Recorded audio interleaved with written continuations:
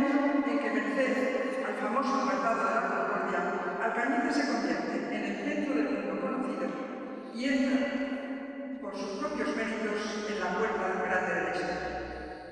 Todos los vecinos, orgullosos de aquel episodio y con el recuerdo de los actos de 1997, conocen lo que ocurrió en aquel lejano 1297. Además, en este folleto, que está a disposición de todos, pueden leer el texto completo de aquellos actos.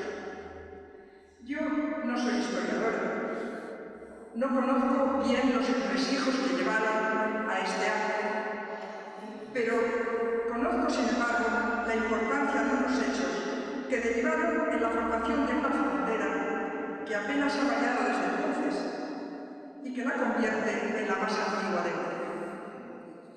Como he dicho, no soy historiadora, sino humanista, y por eso, en esta charla, voy a presentar dos aspectos que tienen que ver con el tratado, pero que no son propiamente el tratado.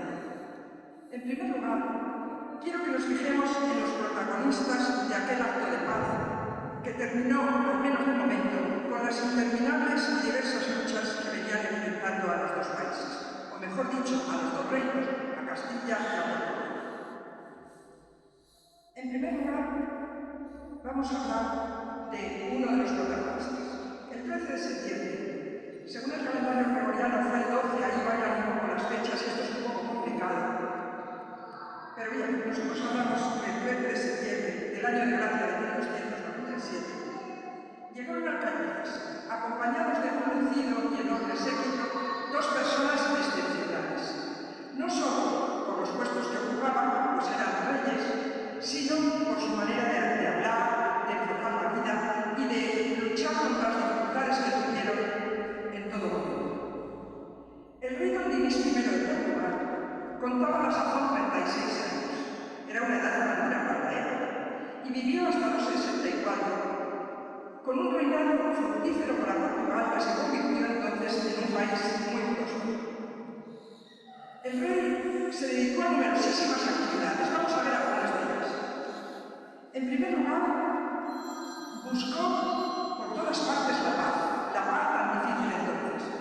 Sí, buscó la paz, pero por si acaso construyó castillos y puso murallas a las ciudades que las defendían. Quizás se acordara de esa famosa frase latina que dice si vis pacem para bello, es decir, si quieres la paz, prepara la guerra. Pero nosotros ahora no vamos a hablar de guerra, sino de paz. Fundó además varias ciudades, algunas muy cerca de la nuestra. La más importante, sin duda ninguna, es Villarreal, que fue donde él vivió durante algún tiempo. Aparte de esto, se dedicó mucho a fomentar la agricultura, por muy diversas formas. Primero mandó plantar verdaderos bosques de pinos para que la arena del mar no llegara adentro de Portugal y se pudieran aprovechar los campos. Instruyó a los campesinos para que aprendieran a cultivar las nuevas plantas que habían traído los árabes, entre ellos la alcachofa, la berenjena y muchas otras. Y además fundó en las ciudades y en los pueblos mercados para que pudieran venderse los productos de la tierra. Por eso se le conoce como el rey labrero. Todo esto sería ya importante, pero no hemos dicho ni la mitad de las cosas. Promulgó un edicto para fundar la Marina portuguesa. Se trae navegantes de Génova, que era el puerto más importante entonces, y los instruye para que los portugueses aprendan a navegar.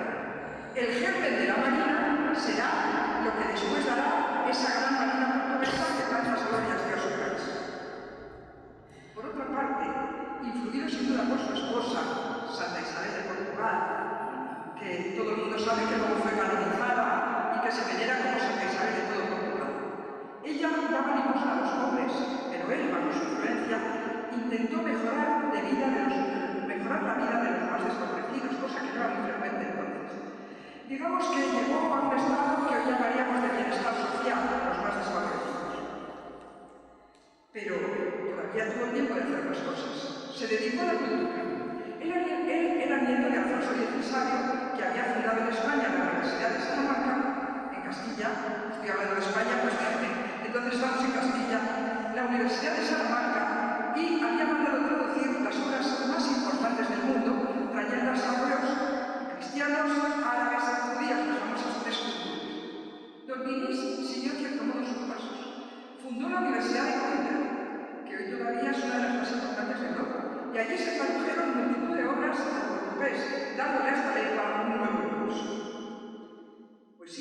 seguía todo el tiempo de hacer más cosas. Él formaba parte de un grupo de trovadores, bueno, hoy los llamaríamos cantautores para entendernos. Eran poetas que componían, que recitaban sus canciones, y él formaba parte de ellos. Y en los cancioneros, ahí están sus obras. Cantaban al amor, en las canciones de amor. Cantaban a la ausencia de la mano puesto en boca de una mujer, las cantigas de amigo. Al amado le llamaba a la mujer amigo. Y también se burlaban de todo lo que le rodeaba en las famosas cantigas de escape. Todo ello en una lengua, el gallego portugués, que unía a gallegos y portugueses en el mismo afán cultural y literario. Por cierto, estas cantigas, que hoy de las que conservamos unas cuantas, son la primera muestra lírica de la península ibérica, de manera que se tiene mucha importancia también. Hay flores de verde pino, se sabedes novas do meu amigo, e hai deles, e ue. Hai flores do verde ramo, se sabedes novas do meu amado, hai deles, e ue. Perdonen, pero no soy de literatura y no puedo sustraerme a traer una muestra literaria. Parece increíble que con todo esto, el rey todavía encontró tiempo para, además de los dos hijos que tuvo con su esposa, la Isabel, que se llaman Constanza y Alfonso, que los llamaremos después, tuvo muchos más hijos naturales habidos con distintas mujeres en distintas épocas. A todos ellos les legó el testamento de territorios y títulos nobiliarios, con lo cual el panorama cambió bastante por completo. Asombroso que es la personalidad de Alcaniz, que en Alcanices se encontró con una mujer que en el lenguaje coloquial diríamos que era la dama de su alma, una mujer también de una vida asombrosa y plena. Doña María de Molina debería ser un personaje secundario en la ciudad, puesto que es su hijo, el rey Fernando IV, el primer de España. Pero este rey niño tiene solo 12 años y hace todo bajo la cerda de su madre. Es ella la que se pone de acuerdo con Don Luis, la que negocia y la que procura aquí a fijar el poder. Mujer de gran energía y un coraje para acompañarnos en la adversidad, doña María vivió, hasta su muerte en 1321, una vida llena de dificultades a las que se enfrenta valerosamente. Su matrimonio con el que era su sobrino, Sancho IV de Castilla, no fue aprobado por el Papa, no solo por el parentesco, que se hubiera podido superar, sino porque Sancho IV se había prometido antes con una infanta y esta unión, estaba bendecida por ellos. Sin embargo, ellos decidieron seguir adelante, se casaron y tuvieron sus hijos. El problema es que, al no estar reconocidos por el Papa, estos hijos se consideraban ilegítimos, y esto veremos que fue uno de los grandes problemas que tuvo más tarde la María de Molina. Esta situación de ilegitimidad terminó 8 años después, pero ya había muerto su esposo, y ella lo hizo para legitimar a sus hijos. Consiguieron, con la ayuda de Don Dionís, con la ayuda de Don Dionís y también con la ayuda de Francia, consiguieron que el Papa legitimara el matrimonio ya de forma póstuma y legitimara a los hijos. Claro que estas cosas no son gratuitas. Tuvo que dar al papado 10.000 marcos de plata, que era una cantidad sorprendente para entonces, sobre todo teniendo en cuenta que Castilla pasaba por una de las muchas hambrunas que la han ocurrido a lo largo de Castilla. Pero en fin, ya están legitimados. Esa situación de legitimidad no es un escollo pequeño, pues al morir su esposo se encuentra doña María con varios aspirantes al trono en contra de su hijo. A lo largo de todo este tiempo tiene que luchar con los partidarios del infante don Juan de Castilla, que llaman el de Tarifa porque conquistó este plazo, y con los hermanos Fernando y Alfonso de Cerda, que se proclamaban a sí mismos aspirantes legítimos al trono. Y al mismo tiempo tuvo que defender su ciudad con uñas y dientes ante los numerosos nobles, algunos parientes suyos y algunos muy importantes en el reino, que pretendían casarse con ella para convertirse así en rey consorte, si su hijo no reinaba. Son innumerables los episodios de luchas internas, alianzas con unos u otros nobles, con naciones extranjeras,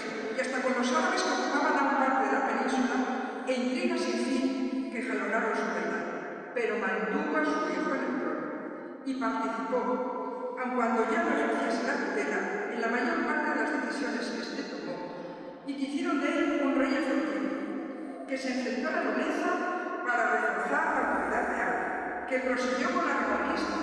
Por cierto, conquistó la plaza de Gibraltar, que está tan de actualidad ahora, y que impulsó reformas de todo. Quizá tuvo dos momentos muy duros en su vida. El primero fue cuando los nobles consiguieron que su hijo se enfrentara a ella, pero esto duró un tiempo y después volvieron a reconciliarse. Apenas se había reconciliado, le vino el momento sin duda peor de su vida. Su hijo, por el que tanto se había esforzado, murió.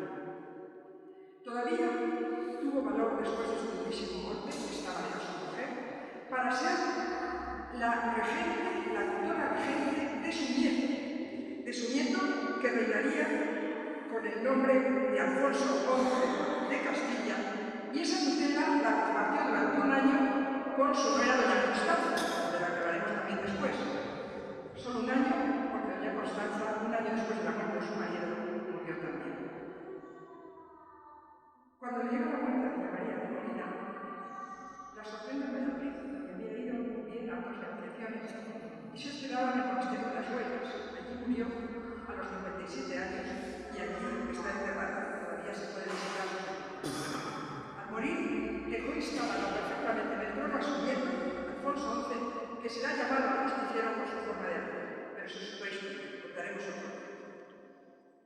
Con esta intensísima vida, no es de extrañar que doña María de Molina se haya convertido en varias ocasiones en personaje literario. Les invito a leer una obra clásica del teatro español que se llama La prudencia de la mujer, de Teresa de Molina, y allí se ven todos estos entresijos. Bueno, están llevados al teatro y no ven a los hechos exactamente como fueron, pero se parecen. Estas dos fuertes personalidades, con las historias que les acompañan, son las que se encontraron en Alcañices después de años de intrigas, alianzas con potenciales enemigos y esfuerzos para conseguir una paz que no fuera frágil y que garantizara el establecimiento de unas fronteras razonables y duraderas.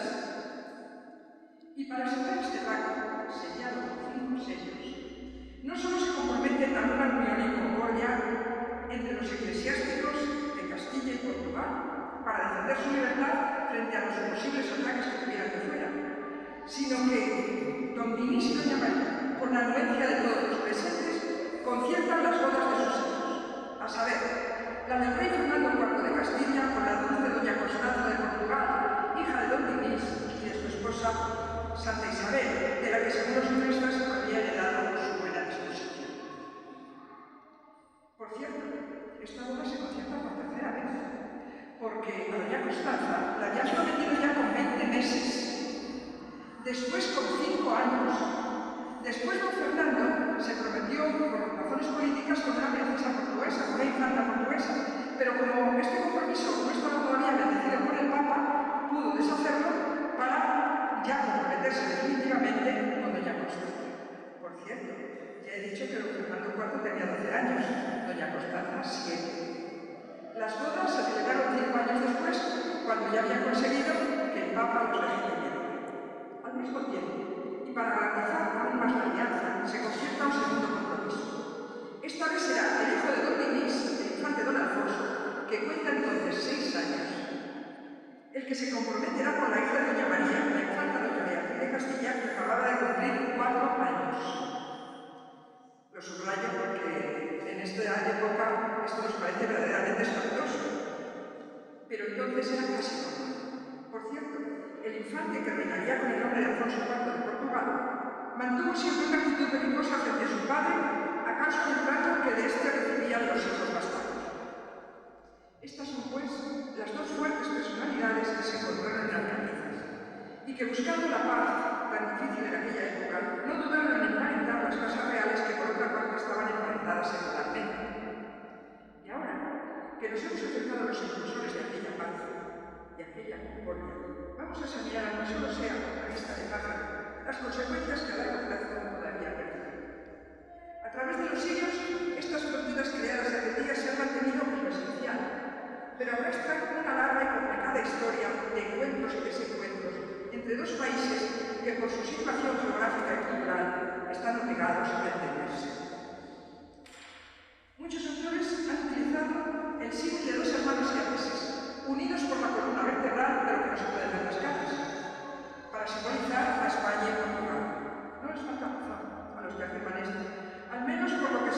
a los españoles. De Portugal apenas conocemos el cine, los cantantes actuales. Todavía vive la memoria de Amalia Rodríguez, y sabemos un poco más. Sus autores literarios, tenemos un gran hueco entre Camões y sus Prusianas, y luego Pessoa y Saramago, pues los libros son ya universales, claro. Incluso autores transmontanos como Camilo Castelo Branco, del romanticismo, o Miguel Torra, actual, llegan con cierta dificultad a las librerías españolas. Hasta sus mejores deportistas son conocidos solo cuando juegan o juegan en equipos españoles. Y por si fuera poco, en nuestras televisiones, únicamente en casos excepcionales, aparecen noticias de este país que está a la vez tan cerca y tan lejos. Cierto es que hay instituciones que se vuelcan en hermanar estos dos pueblos, como la denominada Rey Alfonso Rodríguez, que tiene una magnífica sede en Zamora, y que, por cierto, ayer precisamente tuvo un visionado de documentales de la raya, ya que se mueven y hacen cosas. Pero esto casi no llega a cabo. Precisamente antes de ayer leí en el periódico que se habían reunido el presidente de la Diputación de Zamora y las autoridades de Braganza para buscar acuerdos comunes de varias materias para esta zona. Sin embargo, estas consideraciones de carácter general para Portugal y España no rigen en estas tierras, porque Aliste y Trasos Montes no se sienten cerca de una frontera que separa. Están junto a la raya, que solo delimita, sin separar. Alistados y transmontanos se profesan admiración, respeto y simpatía, y siempre se consideran rayanos, que no fronterizos. Esta afirmación no es gratuita. Cuando unas verdes fronteras nos separaban, todavía recuerdo que para ir a tomar un café a Portugal, por el puente, que entonces no existía de Quintanilla, claro, por el puente de San Martín del Pedroso, había que pasar 2 o 3 controles, solo para ir a tomar un café al otro lado de la frontera.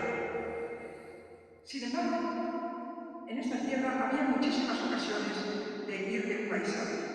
Por ejemplo, en las romerías, en la Riberiña, en la Luz, en el Naso, o en la Virgen de Fátima de Pitisqueira. En las fiestas de los pueblos de este lado del otro siempre había permisos. Por no hablar de la cantidad de gente que se dedicaba al pequeño contrabando. Café, pan, algunos metros de tela blanca para hacer sábanas, alguna toalla, hasta las latas de escabeche, que pasaban de un lado a otro, eso sí, con cuidado de que no los vieran los guardillas ni los carabineros. Este oficio, que ayudó a sobrevivir a tantas familias, se denominaba andar a la raya, y nadie en los pueblos lo consideraba ilegal. Y no olvidemos las compras de los portugueses al atardecer, para vendrán de noche, a través del monte, venían a hacer a nuestras tiendas que estaban abiertas esta cruzada. Así pues, nunca la frontera impidió la relación entre estas dos zonas.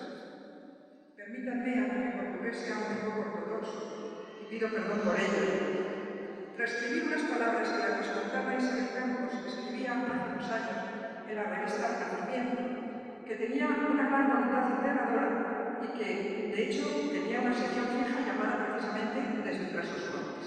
Las palabras eran estas. Pouco pensábamos nós na liña de fronteira cuando as vosas festas tamén eran nosas, cuando nas vosas farmacias comprábamos algunos medicamentos para os nosos males, cuando os vosos médicos tamén eran por veces os nosos médicos. Julio Llamazares, en su libro Trasos Montes, cuya lectura recomiendo a todos, lo que pasa es que está escrito en el año 95 y desde entonces acá la verdad ha cambiado mucho las cosas, pero aún así merece la pena leer. Habla de los pueblos portugueses cercanos a nosotros y a Ceuta, y sin embargo son parecidos a los pueblos de Zamora, con los que comparten montes y diques, y también siglos de historia. No en vano, unos y otros son hijos del mismo padre, aquel reino de León que dejó su impronta en todas estas aldeas. No solo en el mirandés, descendiente según dicen del antiguo dialecto leonés, sino en su aspecto y en su arquitectura y en la forma de vida de sus gentes. Esta mención del mirandés me lleva a hacer algunas consideraciones sobre las hablas cristianas, que, como no podía ser de otra manera, están tan influidas por las de sus vecinos, los portugueses. Aparte de su origen común, existen en estas tierras cantidad de vocablos que conservan la F inicial latina, que en castellano se perdió pasando a aspirarse después a una H meramente ortográfica. Son palabras o portuguesas o muy influidas por el portugués.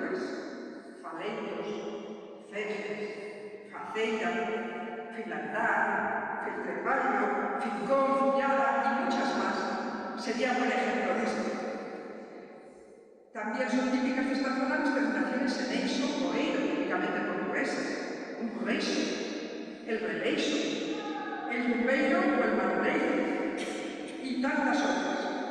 Por cierto, hay algún apellido de un personaje conocido aquí, Ferreira, que conserva precisamente los dos rasgos, la F inicial y la terminación en eiro. Sin olvidar la entonación que tanto llama la atención de los forasteros, la entonación propia de estas tierras. Aparte, habría que considerar que muchas costumbres, tradiciones, leyendas y cantares han llegado hasta nosotros sin saber si tienen su origen en la Veranosa, en Alcañices, en la Nogueira, en Saugartillo, en Noveros, porque son comunes a este y otro lado del río. Además, desde 1991 se abre definitivamente la frontera de Quintanilla, que era la única que nos permitía entrar legalmente en uno y otro país. Y desde entonces, ¿cuántos caminos, cuántas carreteras se han abierto para ir de un lado a otro? Nuestros jóvenes de ahora deben entender que aunque haya pequeñas rivalidades, ¿cómo no, si somos tan vecinos? La comunicación, la amistad y la comprensión entre las personas nada tiene que ver con las fronteras que se cruzaron en otro tiempo, ni con las enemistades que también en otro tiempo pudieron existir entre dos pueblos que son hermanos. Vivamos pues una nueva concordia, en el sentido más amplio de la palabra, para que la lección que nos da la historia